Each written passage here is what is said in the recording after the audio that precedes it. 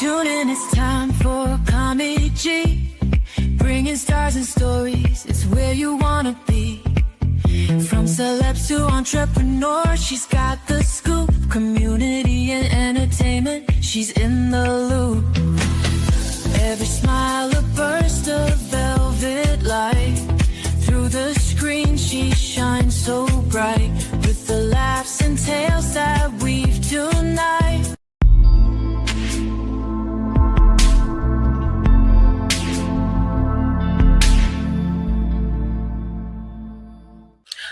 Well, welcome to another episode of SKST Radio, and you tuned in to the Cammie Grayson Show right here on SKST Radio, and today is Artist Network, and I have a very, did I say very? You did, a few times actually. Very special guest in the house today, and he goes by the name of Sesil T. Jenkins Jr., and better known as Sesil J. Is the Sesil J. That's Sesil right. and Lujon. And Lujon. Yeah. I love that. Yeah. Oh my gosh. So you know what, guys, this is a privilege because this man here has done everything. He have worked with all types of celebrities and just a plethora of things. And he's very familiar with this area. Wonder why? Well, I was born in the city of Norfolk. I'm a project kid. Oh, and a very loyal one. I'm a mellow fellow from Compostela. okay.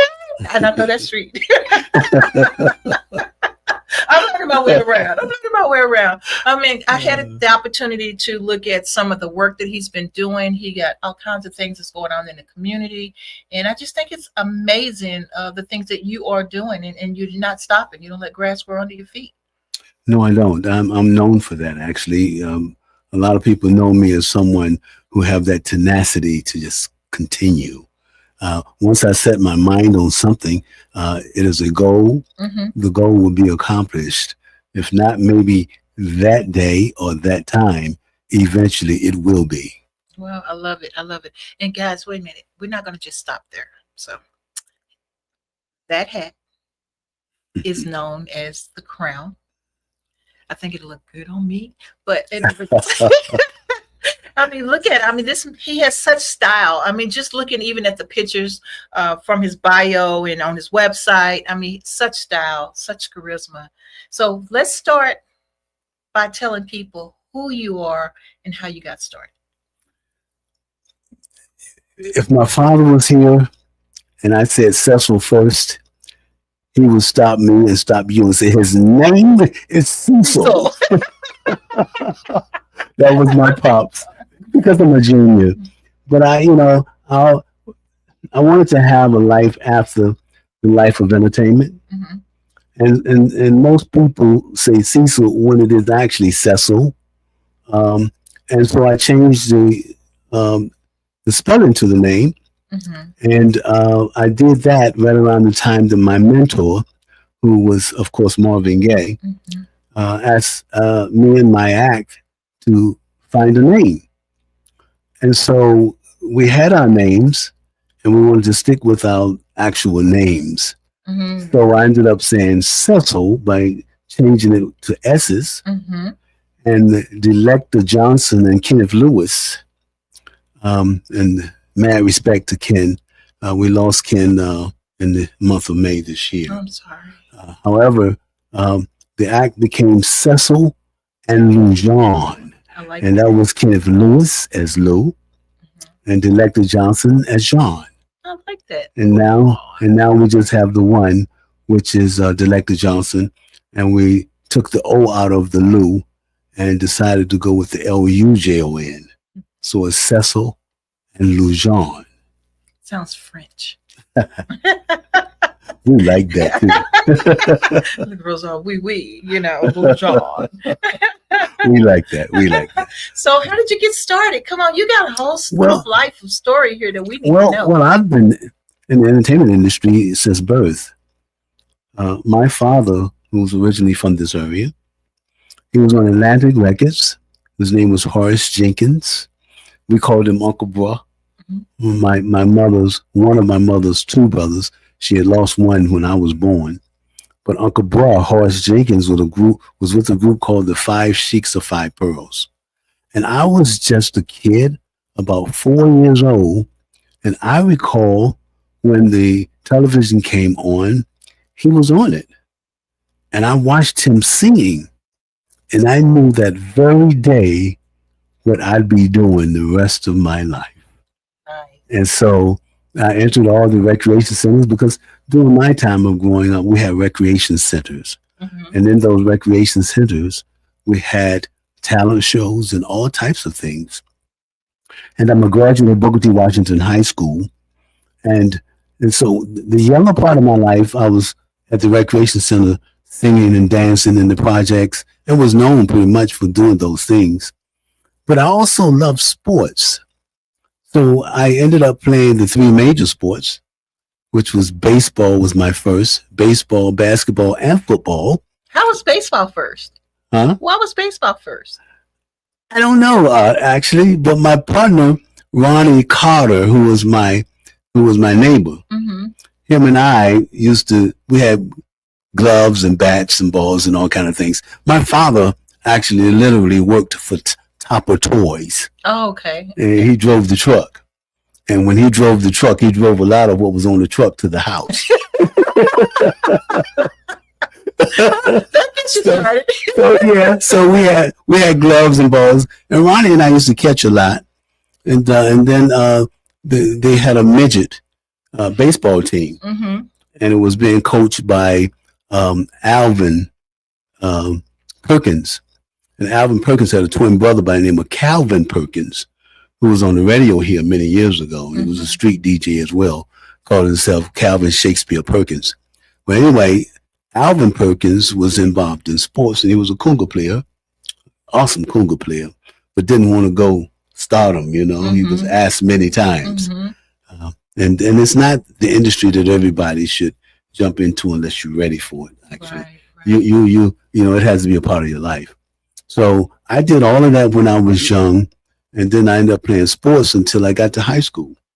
When I got back to high school, attending Booker T. Washington High School here, that was the old Booker T. Washington High School, and across the street from it was called the Sugar Shack. The Sugar Shack. Yeah, the Sugar Candy Shack. House. Yeah, I guess you'll see. You know, another one called Kelly's, and I ended up going over there, and I ended up dancing because everybody knew that I came from Compostela. Mm-hmm. Again, a mellow fellow from Compostela. I like it. But anyway, they all knew that I was a good dancer. And so while I was over at the Sugar Shack one day, playing hooky from class, of course. You know, I'm a nice guy. Don't take that wrong. Okay. But anyway, I was doing this dance called the African Twist. And you bop your head and your hips would twist at the same time. Okay. And it was almost like you was disconnected. Like they do with the other dances that they do today. Like, Well, that was our disconnect dance called the African Twist. And I was over there doing, we had jukeboxes. Mm-hmm. And in those jukeboxes, you put the coin in and stay over there all day listening to music. And I was dancing. That day I felt a certain way. And then the girls were like, all over you. There you go. Really checking the guy out, Mm-hmm. No, they were. And it was this one specific one that I saw all the time I was over there. Her name was Joyce Hall. And she ended up becoming my very first girlfriend. And from that point, I say, no, the entertainment industry is where I belong. Oh, wow. Yeah. Oh, wow. Okay, so you got started, and then you had that bug, right? So how did you know that you were going to be successful at it? When did you realize, hey, I'm good at this? Early on, because the attention that I was always given when I did it, the homecoming dances, and then there was another place called Booker T Drive-In that was on the grounds too as well, and we'd all go over to the Booker T Drive-In after all the games, no matter what sports, no matter what time of the year. After the game, everybody goes to the Booker T Drive-In. Wow. And I would go over there. And of course, I would meet Joyce over there. She wasn't already on my arms, But anyway, when we got to Booker T Drive-In, I'd cut up. And as I was cutting up, everybody was going crazy. They were literally throwing money out on the floor. George should have been over there picking it up. No greens, because kids didn't have greens back then like they got today, a quarter was big time money. You know what I'm saying? $1 would have been a little bit too much for us back then. Yeah. But anyway, they were throwing money out on the floor while I was dancing. And I was doing this African twist among whatever else that I could do creatively. And I noticed that, and I said, boy, you getting off, dude. And I was always a singer as well, coming from a singing family, and so, I just knew it. And there were things happening to me throughout my entire life that let me know that it was almost like someone was dropping breadcrumbs. And I just picked them up and kept following them. It really was like that in my life, to the point to where a lot of what we're going to talk about later, that I became the protege and surrogate family member of Marvin Gaye. And I'll tell you how that happened before I even got there. It was amazing. My whole life was that way. I'm this guy that think that everybody loves him. And even the haters hate me because I tell them they love me. You see? And I just keep it going like that. My mother always told me that, God's word says that love will conquer all things. And that's my protection. That's the shield I wear around me. I love it. Absolutely. Yeah, I wear that love shield around me. But they say Virginians are for lovers, right? Yeah, Virginians for lovers. Yeah, I heard that too. That's a story too when it comes to me. Okay. Well, you know what? What we're going to do is you have a lot. We got a lot that we want to talk about. So what I want to do is take a quick break. And then when we come back, I want to talk about your encounter with Mr. Marvin Gaye. How did that get started? Sure. That would be fine. We'll be back.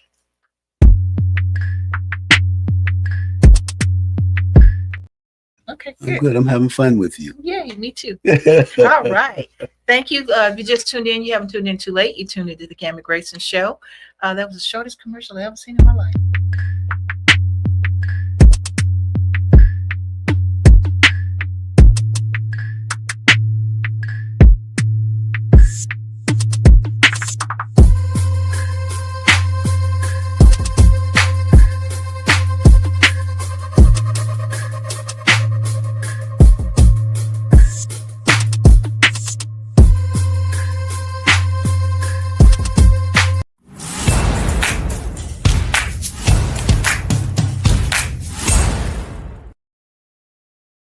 All right, now we're back. Okay, so we're having so much fun here. I don't know. Mr. Sesil. Okay, so you have a mentor that you worked with, and it feels like he was more family than just a mentor. Tell us about that and how that got started. How it got started? Can I start from the moment of me first hearing the What's Going On album? Yes. How about if I started when I was 13 years old? Okay. Because, like I said, everything was happening in my life that led up to this. This is not a guy just meeting someone like Marvin Gaye, and that's it. It was more to it. A lot more to it that sometimes amazes me. And I thank God every day, all day long at times, because he sent me through this journey. And this journey sometimes overtakes me. And you know how you can sometimes can't breathe because it's so deep. This journey was like that. Oh, my father was a gangster, I told you about him. That's why when he says Sesil, everybody had to say Sesil around here because he was a real gangster, but he was a good guy and he loved a lot of people. He loved a lot of children and people.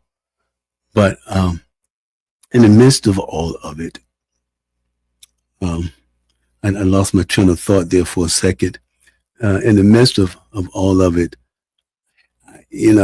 I remember him taking me uptown, Church Street here. You familiar with Church Street? Yeah. He took me uptown because he was a number runner. He was the bag man of the number game here in the city of Norfolk. And he decided, my mother was a devout Jehovah's Witness, and my father was a devout gangster. Night and day. yeah, definitely. But he told my mother that she can teach me everything it is that she wants to teach me about God's word. And she did. At a very young age, I had read through the Bible several times and knew scripture like it was popping out of my head at any time. So he told her that she could teach me about God, but he wanted me to know what was in the streets because he was a street man. Right. And he said that way I'd be more well-rounded. And I don't regret the fact that he did it. My mother talked bad about him all the time. You know, took her little Cecil up there and put him up there with them bad people. And so I worked in the shoe shine parlor, Freddie Baker's shoe shine parlor, right there on Church in Bremerton. Okay. And it was a bootlegger spot and the whole 9 yards. They were running numbers and bootlegging. They were doing it up in there. Wow. I saw it all, you know. As a youngster, my eyes were wide open because I wasn't accustomed to any of that, right? What's going on over there? Yeah, I just didn't know it. Yeah. But right next door, there was a record store. And a friend of mine who I went to high school with, she was managing the store.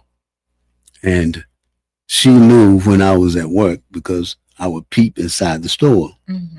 And every time I peep inside the store, she'd put on Marvin Gaye. And I would sing Marvin Gaye's music standing out in front of the record store. Oh, wow. And then my cousin Glenda and I, she was always Gladys Knight or someone, and Tammy Terrell, and I would always sing the Marvin Gaye music. When our parents had visitors, you know, we would do that. And so I did that an awful lot growing up. And then what ended up happening is that after I gotten older and finished high school, I was living in Jamestown, New York. And the What's Going On album came out. Okay. I had no idea what it was. I just didn't know. But some friends of mine who was buddies of mine, Denny and Turner and my cousin Philip and those guys, Michael Parks and so forth, those guys had the album because they were more advanced than I was. They were a little older than me. And they put this album on. And I heard it. And I couldn't stop listening to it. Wow. No, check this out. Check this out. This is what's so deep about it. I wore that record out over and over and over and over and over again. I played it. They'd all leave with the girlfriends and come back, and it's still playing. No, that's God's truth. It will still be playing. And I'm saying, now I hadn't met Marvin, and you know, nowhere near the meeting him. I mean, I'm just a little kid from the projects. But I couldn't get away from the album. And then suddenly after that, a friend of mine, when I went back to Virginia, I met some buddies, and one of them name was Joe Floyd James. I call him the only man with 3 first names. and Joe Floyd James, we called him Fleecy. He was my partner. And we hung around an awful lot of stars, an awful lot of pro athletes, football players, the whole 9 yards. And just one football player by the name of Tex, we called him. Excuse me. Faber's Griffin. And he was Marvin's bodyguard. Well, Joe James and I started dancing again. You know, it was college time then, you know. We're going to all the college dances, turning them out. You know, we turned out all the college. I'm just imagining. Oh, God, we were everywhere. Football games and parties, house parties. Joe James, Fleecy, and I just dancing. You know, we dancing and turning it out. You know, but we were hustlers too. We were making money. so we had to make the money. Yeah, we had to make the money. But anyway, Tex told Fleecy and I, because we knew all about it. We knew Sly Stone. We had been with the New Birds. We had been with the Fire. We just hanging with all these people. And Tex came to Fleecy and I and said, Marvin, I told Marvin about y'all with y'all dancing. And And I'm going to get him on the phone in a minute so he can talk with y'all. Because he needs dancers for this tour. He already said it. Normally he'd have one, which would be Flo. Flo would dance and she'd do jazz dance and whatever else with him. The girl that would sing the Tammy Terrell songs with him. Her name was Flo and so forth. And anyway, so he got Marvin on the phone. I see it clear as day. So we're standing on the stairs to go upstairs to my bedroom in my parents' house. And Marvin called Tex.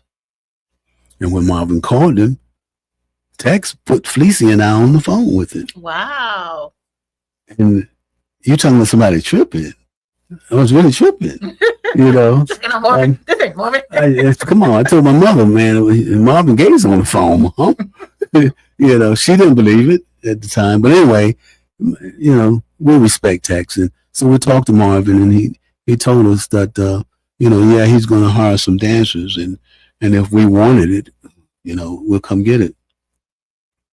The man didn't even send for us, you know. He just get there. He said, if you want it, you'll come get it. There you go. And it's almost like come get to this, right? Yeah. Well, we did. We dropped everything. We hustled as much as we could to make as much money as we could. We hustled and made a little purse and what have you. And before we got out of there, we went to a party. I had my mother to take me to the bus stop. Now, I've been in New York, you know, but then I told her I was going to California, to Hollywood. She said, boy, that was too far. Do you know what you're doing? In the world. Do you know what you're doing? Going to Hollywood. Why are you going out there? Don't you know if something happened to you, I can't get to you fast enough? I was her firstborn, so that's why she felt that way. But anyway, she went to the bus terminal with us, the Greyhound Trailway bus terminal, right there on Monticello Avenue. I know what that and is. Brownington Avenue used to be there. And we went up there, Felicia and I. I had a bass guitar, he had a guitar, and we had 2 big old bags apiece full of our clothes and everything. You know, we had some herbs too, though, because during that time we were actually literally urban before it was legal. Right. You know, and so we're taking our trip to Hollywood. And it took us 3.5 days to get there. And once we had arrived there, we got off the bus right there in Hollywood, the Greyhound station, and walked down to Sunset Boulevard where Marvin's studio was. Wow. 6553 Sunset Boulevard. I'll never forget it. It was a bright, beautiful day. And we're walking down the street. We didn't appear to be weird to nobody because you saw other people with guitars and instruments and cases and stuff walking around in Hollywood. You know, that's what the entertainers were. Right. So we fit right in, you know. And we got to the studio and he wasn't there, but Flo was there.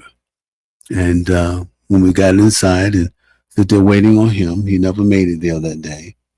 But we talked to Flo and he did call us and tell us that he won't be able to take us because we had gotten there a little bit too late for him to try to arrange it, you know. And so we didn't go out immediately with him. But Flo knew we were from the East Coast, and she was one of those previous Soul Train dancers and so forth. Oh, wow. Yeah, so she did a lot of dancing, you know, and she wanted to know what was the dances back east.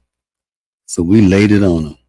It was a dance that Felicia and I made very popular by extending it away from what it was looking like when we first heard of it. It was called The Rock. Oh, Michael Jackson did I Wanna Rock With You. The Whispers did Rock Steady. And we were steadily rocking. Yeah, we were. But we gave it to her, and she was excited to have it. And then, of course, Marvin said, guys, I'll see you when I return. They said, I'll be back in about a month. So now it was time to figure out how are you going to live for a month? Where we're going to go to live for a month. Wow. But we had a homeboy that we knew very well, okay, because he used to hang out with us when he lived here in Norfolk, there in Norfolk area. His name was Herb King. And Herb King had a spot on Crenshaw Boulevard and up the street from Wilshire, not far from Wilshire. So it was a great area. It wasn't Crenshaw where the Bloods and and pick up the Reds and everybody else, the Crips and everybody were. So we stayed with Herb. I think we stayed with Herb for about 7 weeks, believe it or not. Oh, wow. Yeah, at least 7 weeks. And he had a girlfriend, and it wasn't going to be no more than 7 weeks. Yeah, but she probably was ready for y'all to go. Oh, she was for us to go for real. You know how it is in y'all house. Y'all want to walk around loose and wild and looking like you want to look. Yeah. And we were bothering that. You know, Herb didn't want to tell us, but we read it. Yeah. You know, we read it, and so we told him we were going to go ahead and leave, and we left. And shortly after that, we got back with Marvin. And we were living because now, shortly after that, we moved to the jungle. And the jungle is Crenshaw up by the mall. God, what's the name of the mall? It just slipped my brain. Is it the Mexican-like mall? No, it's a big mall right there on Crenshaw Boulevard and up by the jungle. And if you're out there listening, then you know where it was. But anyway, I can't call the name of it. But Crenshaw Mall, the May Company and all of that was in there. Mm-hmm. And we lived up by the jungle. We didn't get with Marvin until about 6-7 months later. Really? Yeah. We lived out in the jungle with a lot of homeboys. Mm-hmm. Yeah, a lot of Omar was there. Omar's father was the mayor of Portsmouth years ago. I can't recall his name right now. I'm tired. But anyway, it was one of those kind of things. And Eddie and Diddy. Diddy's from Portsmouth. They were from Portsmouth. Diddy's brother owned a liquor store on Pico Boulevard, Pico and Hauser. That's where he had the liquor store at. So we were hanging with those guys. Mm-hmm. Those guys had their own places. So we were from one place to the other because all of us would be at one person's house and stay there all night anyway. Right. You know. But after that, Nelson Muncie, who played for the Baltimore Colts, he was married to a friend of ours by the name of Vivian. And Vivian and Nelson, which his nickname was called Rip, played with the Baltimore Colts. Okay. The era of Burke Jones and Lionel Mitchell and all those guys. Mm-hmm. And so he had a house up in Hollywood Hills with many rooms. And so we knew them very well. Mm-hmm. They were family. So we decided to move on up to Hollywood Hills. And so we were on Castilian Drive, right off of Hollywood Hills, going by the Chinese Theater up to Outpost Drive. Okay. That's a very popular area. Is that where the hill, where you can drive up the hill and see the Hollywood sign? See the Hollywood sign. Okay, up the Hollywood houses. Mm-hmm. You know, some of everybody lived up in the Hollywood Hills. Marvin had bought this house for Anna and little Marvin on the Outpost Drive. It was called Outpost, but it's going straight up to Mulholland Drive, and it was exciting living up there. And we lived there. We could see all the way to Venice Beach right there. I know. It's a nice view up there. Yes. Right. And Chuck ended up playing. Chuck lost by a couple of votes of being the Heisman that year. He came out of the University of Berkeley. Mm-hmm. And then he was playing for the San Diego Chargers. And so he was never there anyway. He just left us the house. So he left us the house. We lived in Hollywood Hills. You know what I mean? It was great. I mean, absolutely wonderful living up in Hollywood Hills. And Marvin came up to the house and hung out with us. My father ended up coming to town, him and some of his gangster buddies and their friends. Checking on you? Yeah. And then there was a young man who I coached in sports because I really loved sports a lot.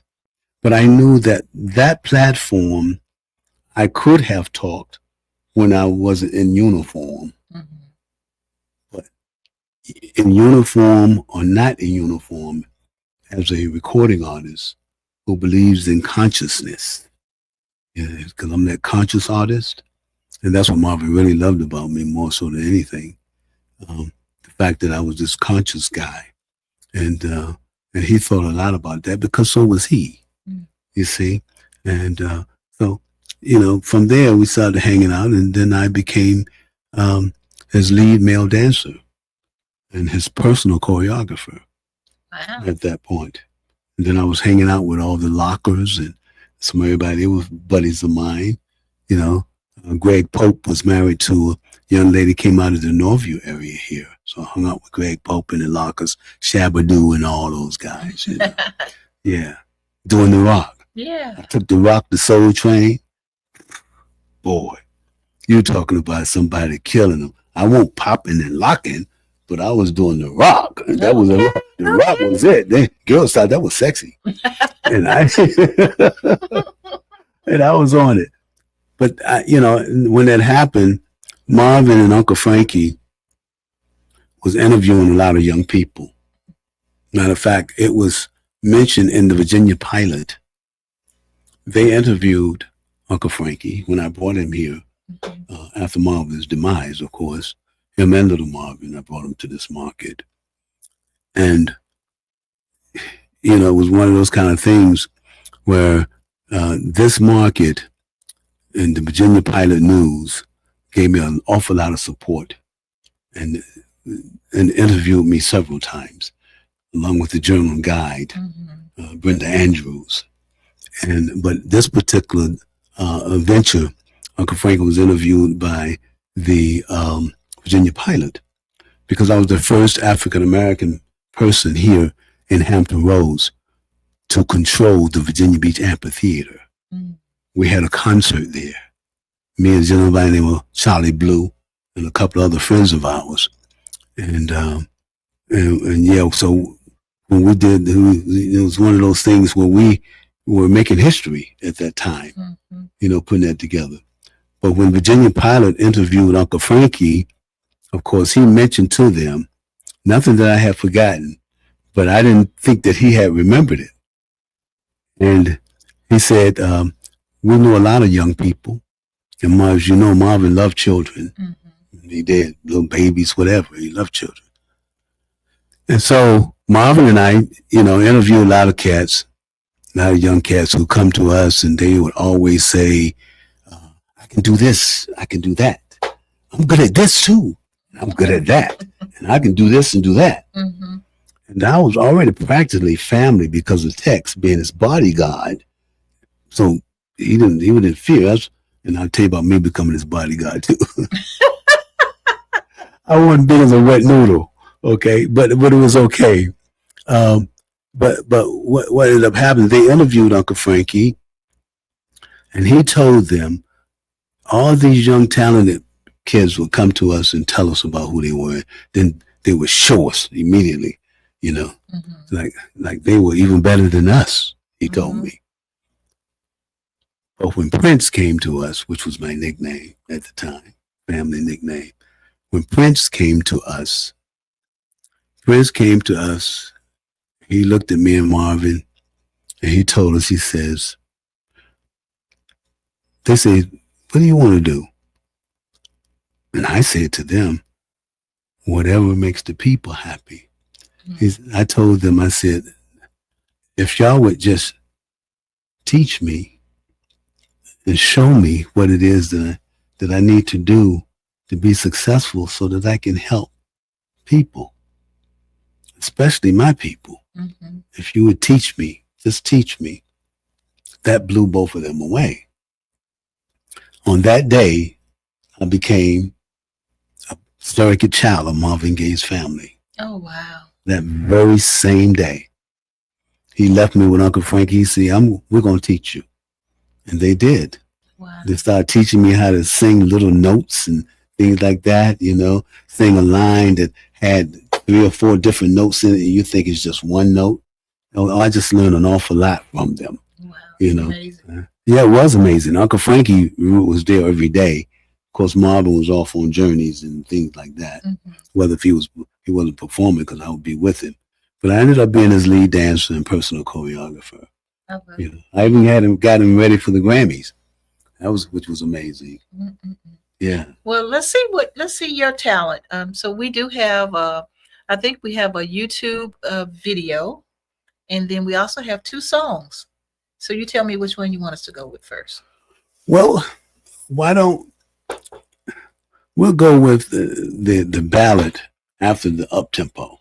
Okay, let's do that. Okay, the up-tempo is called fulfill my needs. Fulfill my needs. I would always send subliminal messages through music because I didn't want to be too harsh or too cold because I don't want them to get rid of me yet. I want to be able to slide in and then find myself in a position to do more. And so all the titles of my songs are titles that are very conscious-minded and very, what people call heavy. Okay. So Fulfill My Needs was put together because the needs of the people need to be fulfilled. I love it. Okay, let's play that.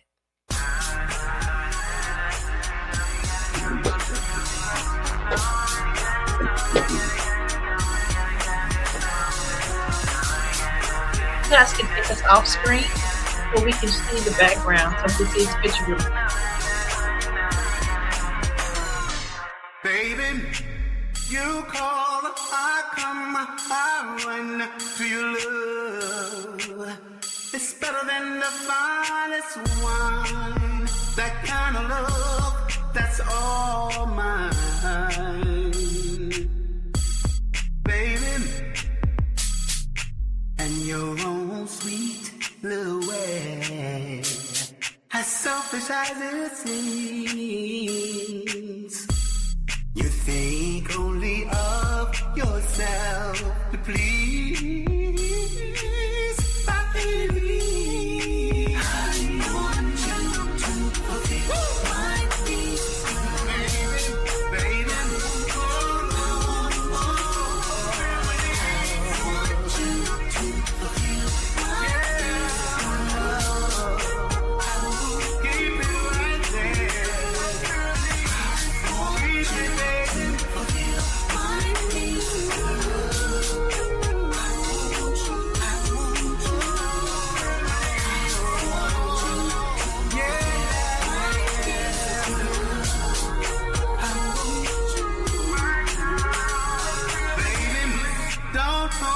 Don't tease, 'cause I wanna please. Oh, love, you're all I ever need. Oh, baby, you call, I'll come. I do to your love.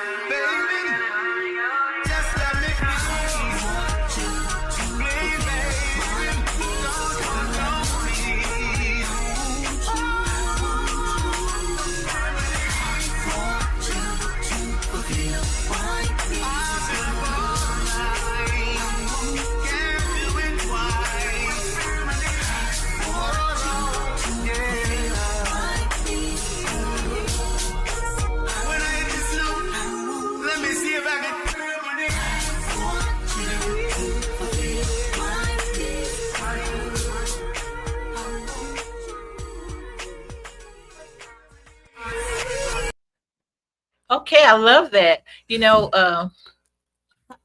When you started writing, I know you write the music and all that.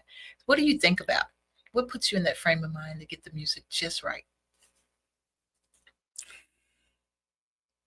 It's a good question.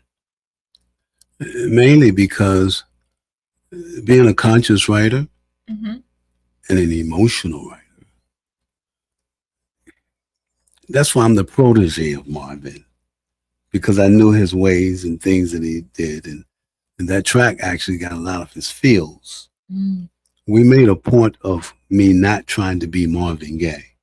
Right. I don't want you being me. I want you to be you. Sesil. Period. I mean, Uncle Frankie stressed that a lot.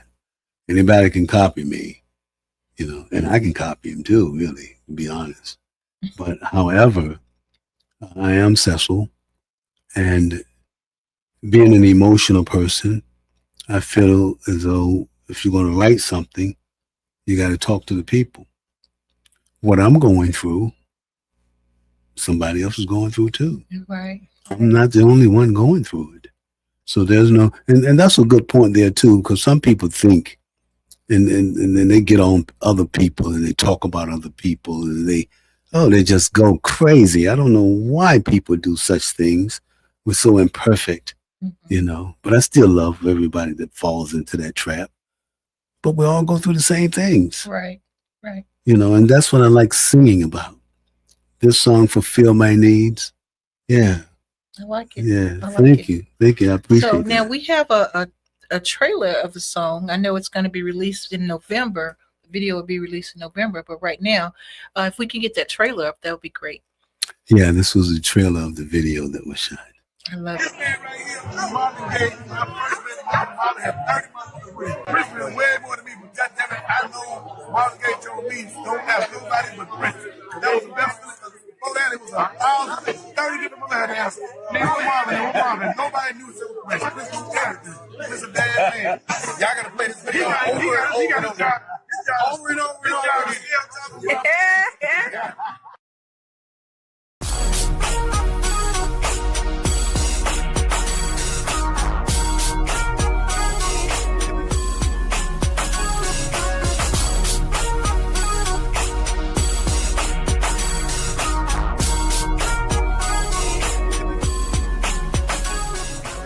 Virtual lockdown. Over 75 million people in New York, California, Illinois, and Connecticut ordered to stay at home. The U.S. borders to Mexico and Canada set to close to non-essential travel. A spring break crackdown. Florida communities closing beaches. In Europe, the crisis growing. Inside the ICU in Italy, they're shutting us down, fellas. For free meals. The healthcare they're shutting the whole country down. What is this thing? The pandemic? Firsthand. What is this? I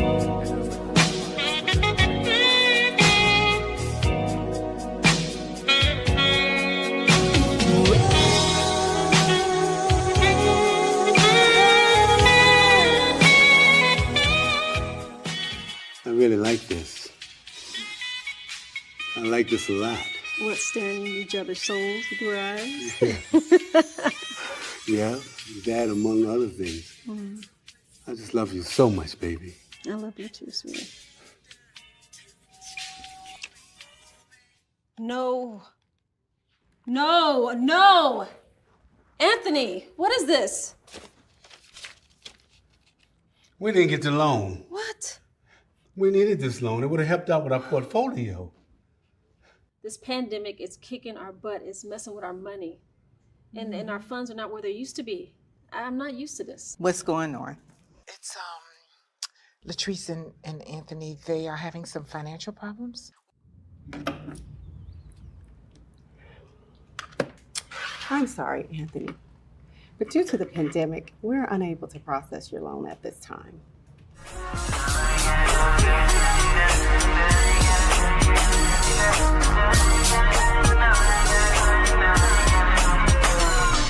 Baby, you call, I come, I run to your love. It's better than the finest wine.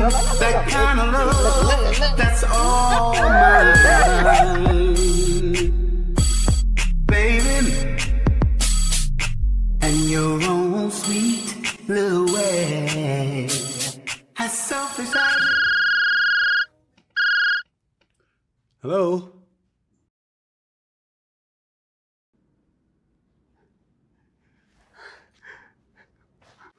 We got the loan.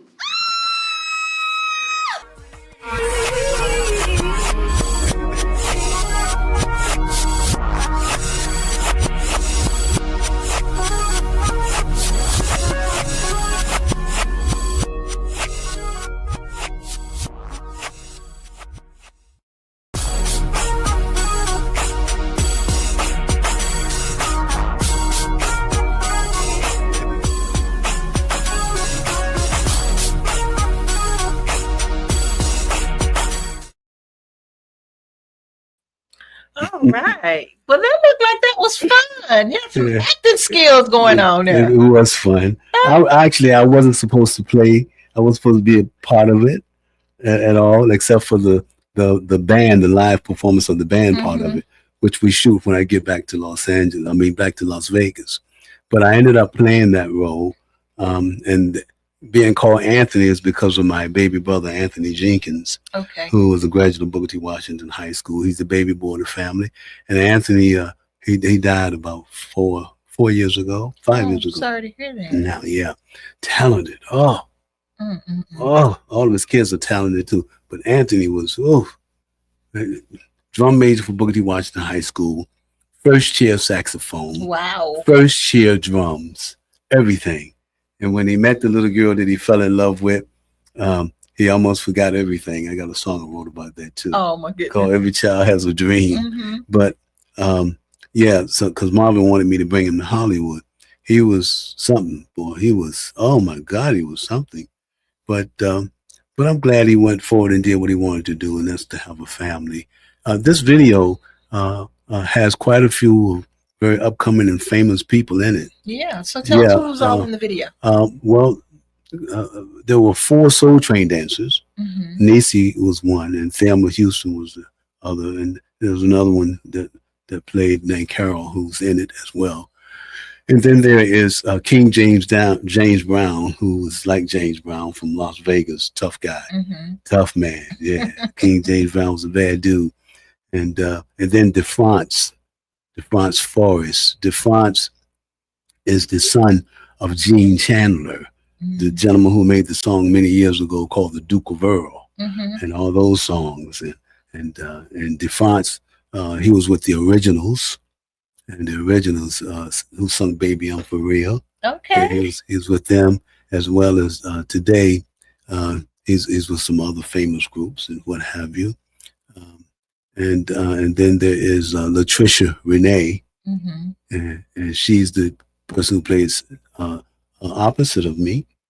And then there was Wanda, and Wanda's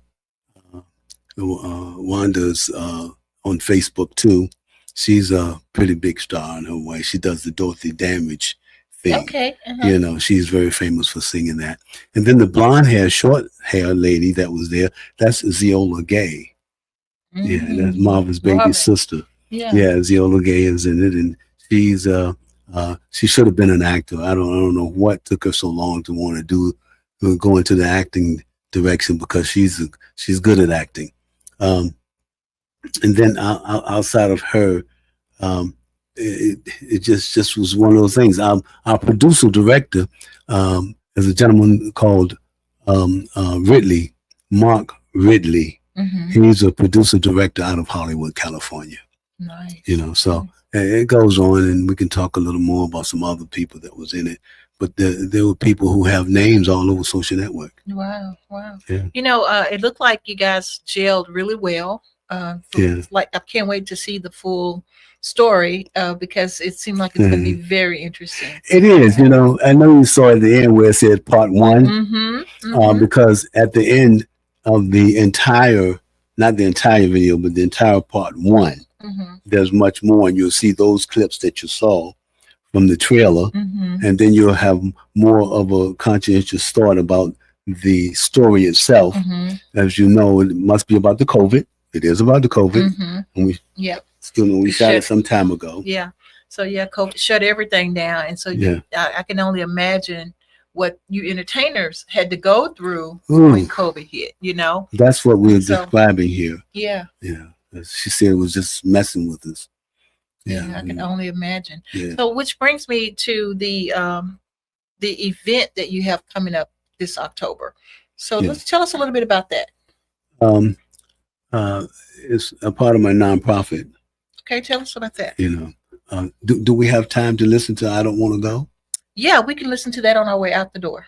Okay, That sound good? that sounds great. Okay. That was the song that was played by Phil Nelson here in Hampton Roads, but it was played on hundreds of stations throughout the world, not just the country here, throughout the world that song was played. But yeah, we do have a nonprofit organization that's called TBOC. TBOC is TBOC. It stands for Take Back Our Children Benefit Concert Tour. And TBOC was put together before my cousin, who was murdered on Granby Street. You know, Sierra Jenkins. She was the young lady who worked for the Virginia Pilot News and everything, and was shot and killed on Granby Street at Backstage Cafe. Yeah, that's my cousin. And but prior to her, there were others. Even Marvin himself was killed by gunshot. And so the gun thing is serious, and our children are murdering one another every day. I had 3 other nephews who were shot down in Berkeley. That was all over the news at one time. They survived it though, which was God knows. I don't think their parents would have been able to take it. But it does. I'm fighting against gunshot murders and trying to take our children back. What I mean by that, when I say I want to take back our children, I want to get them away from the things that are happening where people are bamboozling and tricking and they're just taking advantage of them. Right. And they're doing a great deal of that in the industry, as we know it to be. Because here you're talking about young kids like that are making millions and millions of dollars and we weren't even taught what to even do with them. Right. See, so those millions of dollars are much more corrupt than anything.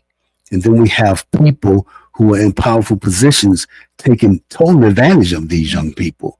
I mean, totally sexually, molesting wise, all kind of ways they're doing this in this industry that God allowed to take place, because in the medieval days, this was his way of teaching people about him and his purpose for life. Right. It was through the music, you see, because David, the whole book of Psalms got many Psalms in it. David was a musician, singer, entertainer, you know, and the whole 9 yards. So God used music to help keep love around.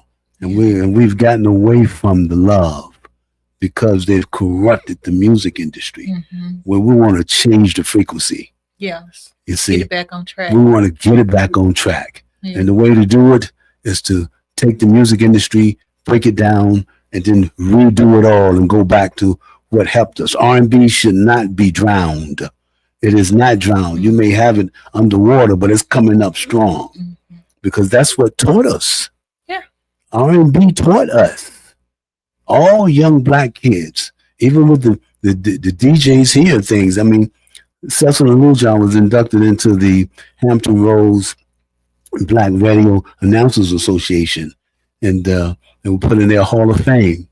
And we're artists. Right. You know, Bobby Scott was inducted, and various others that are inducted. And of course, Phil Nelson is the president of the organization, and Glenda Kelly for G-Purse Media is a part of it. And they chose us and put their gold jacket on us since we've been here. Because radio has to want to do this. If radio stopped playing the garbage, then our children would start learning. Right. Yeah. Well, you know, it's going to take this program that you're doing and a lot more. It is. It's going to take a lot more. They always say the village. Yeah. It's going to take the village. It is. Yeah. Now we're going to be here in April 26. Okay. Okay. The weekend after Easter, which is the weekend of the 12th or so. And we're releasing my book on April 1st. Nice. Congratulations. Thank you. We were supposed to have released it this year on April 1st, but my daughter got ill for a moment, and she's strong as a bull today. But that was a very serious time period where I stopped everything, didn't move. Understandable. Yeah, I didn't move, not even a foot, until she was straight. You know, I had gotten myself straight behind the little problem I had, but I'm good to go now. You know, and so we're going to release it on April 1st. The title of the book is called Last Words for the Protégé of Marvin Gaye. I love it. That was me singing at his funeral as a youngster. And Ziola has her book, my brother Marvin, Memoir. And then David Ritz wrote the very first book, which was called Divided Soul. And that book talks an awful lot about me from the beginning pages and in spots, in certain spots to the very end. Right. You know, I talked with him that morning around 5:30, 6 o'clock. And I had just fought his bodyguard to save his life.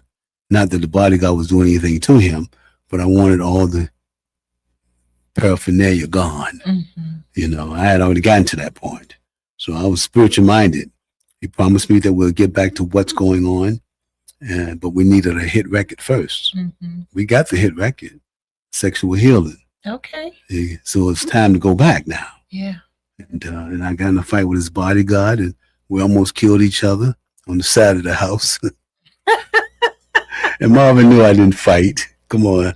I was considered Prince of Peace, you know. And he came out of the house with the Bible in his hand crying, saying, not me. He knew that it was about him as to why we were fighting. Right. Yeah. He was ready to do what he had to do.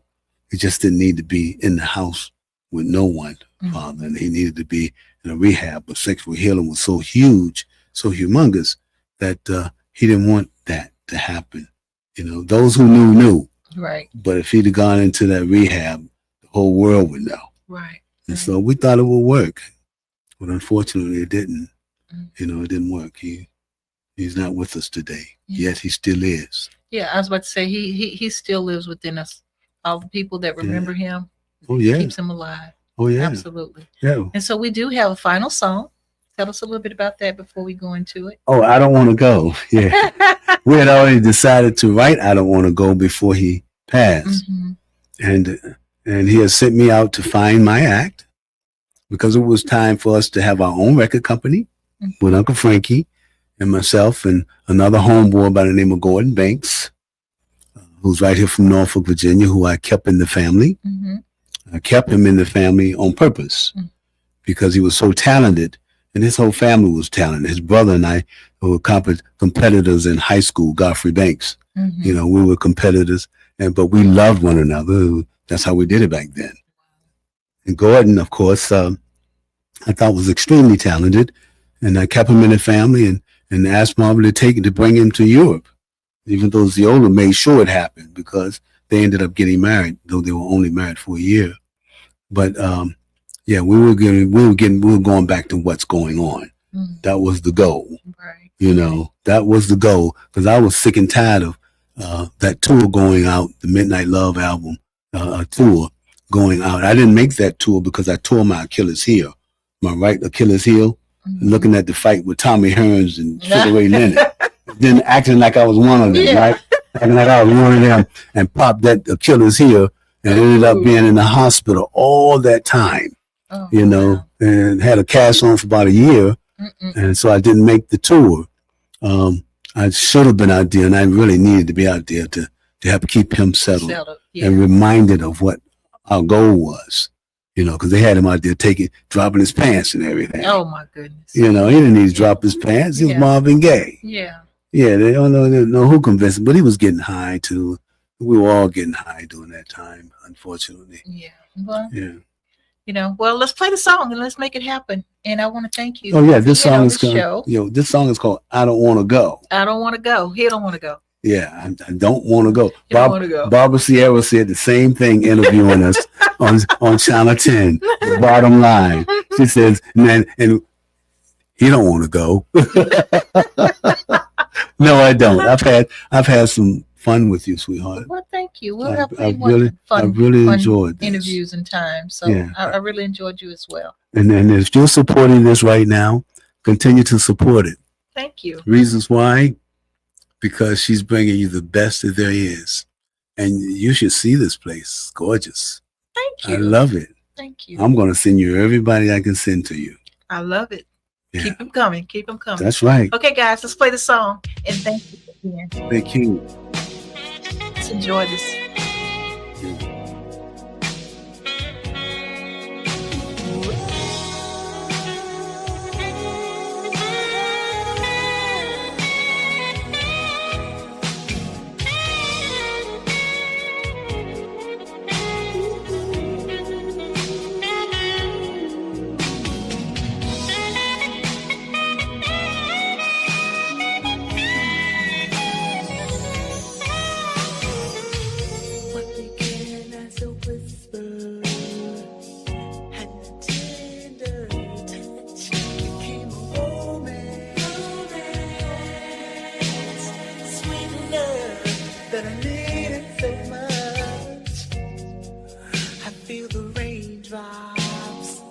As they